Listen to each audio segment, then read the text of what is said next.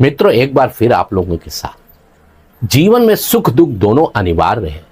उनके बीच में संतुलन बनाना आपका काम है। जिस तरह से रात के बाद दिन आता है, दिन के बाद रात आती है, उसी तरह से सुख के बाद दुख और दुख के बाद सुख आता है।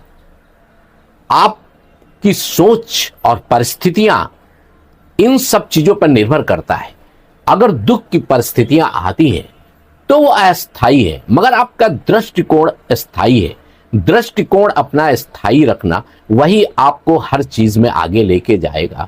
जब सुख आता है तो अहंकार नहीं, और जब दुख आता है तो वो आपको गिराने नहीं आता। दुख आपको सीख देता है कि आपको वहां पर दुख आने से ही आपके अंदर ज्ञान और सोचने समझने की शक्ति आती है।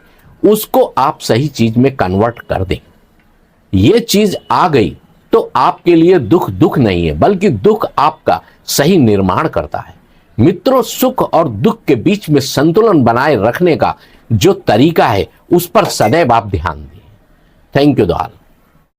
मित्रों, एक बार फिर आप लोगों के साथ जीवन में सुख दुख दोनों अनिवार्य है। उनके बीच में संतुलन बनाना आपका काम है। जिस तरह से रात के बाद दिन आता है, दिन के बाद रात आती है, उसी तरह से सुख के बाद दुख और दुख के बाद सुख आता है। आपकी सोच और परिस्थितियां इन सब चीजों पर निर्भर करता है। अगर दुख की परिस्थितियां आती है तो वो अस्थायी है, मगर आपका दृष्टिकोण स्थायी है। दृष्टिकोण अपना स्थायी रखना वही आपको हर चीज में आगे लेके जाएगा। जब सुख आता है तो अहंकार नहीं, और जब दुख आता है तो वो आपको गिराने नहीं आता।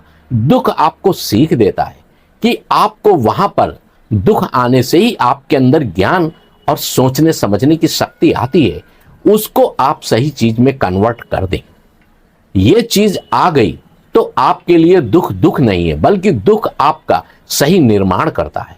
मित्रों, सुख और दुख के बीच में संतुलन बनाए रखने का जो तरीका है उस पर सदैव आप ध्यान दें। थैंक यू दोस्त।